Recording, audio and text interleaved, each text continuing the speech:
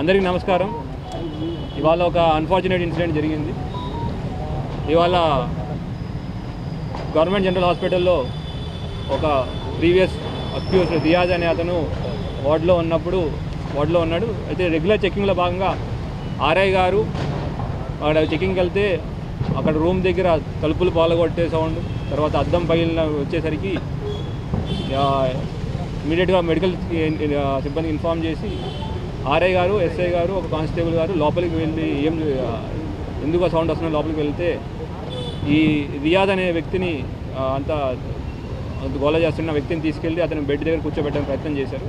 కూర్చోబెట్టే ప్రయత్నంలో కానిస్టేబుల్ గారి దగ్గర ఉన్న తుపాకీని లాక్కుని ఈ రియాజ్ ట్రిగ్గర్ ఒత్తడం మొదలుపెట్టాడు.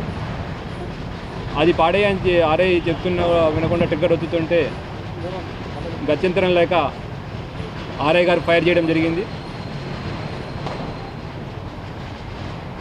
అక్కడి నుంచి అంత ఫైర్ చేయడం బుల్లెట్ ఇంజురీస్తో రియాజ్ ఆడ కింద పడిపోయాడు. తర్వాత ఎస్ఓపి ప్రకారం దాని మీద కేసు రిజిస్టర్ చేయడం అండ్ ఎంక్వైరీ చేయడం జరుగుతూ ఉంది. Thank you. జరుగుతుంది పోస్ట్ మార్టం, ఇంక్వెస్ట్ అవన్నీ గైడ్లైన్స్ ప్రకారం అన్ని కరెక్ట్గా జరుగుతున్నాయి.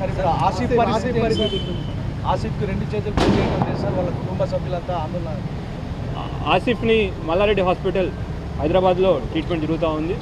వాళ్ళ మార్నింగే 11:30కి ఆపరేషన్ జరిగింది. ఇంకొక సంవత్సరం పట్టేదాకా అతనికి అంతా సెట్ అవ్వడానికి సంవత్సరం దాకా పట్టే టైం. Thank you. ఇది మిగతా ఇది వీళ్ళ డీటెయిల్ ఇన్వెస్టిగేషన్ మళ్ళీ ఒకసారి 2 రోజులు మళ్ళీ పెట్టుకుంటాం. తప్పించుకున్నప్పుడు సహకరించారా సార్? అవన్నీ ఇన్వెస్టిగేషన్లో తెలుస్తాయి, చెప్పడానికి లేదు. థ్యాంక్ యూ అండి.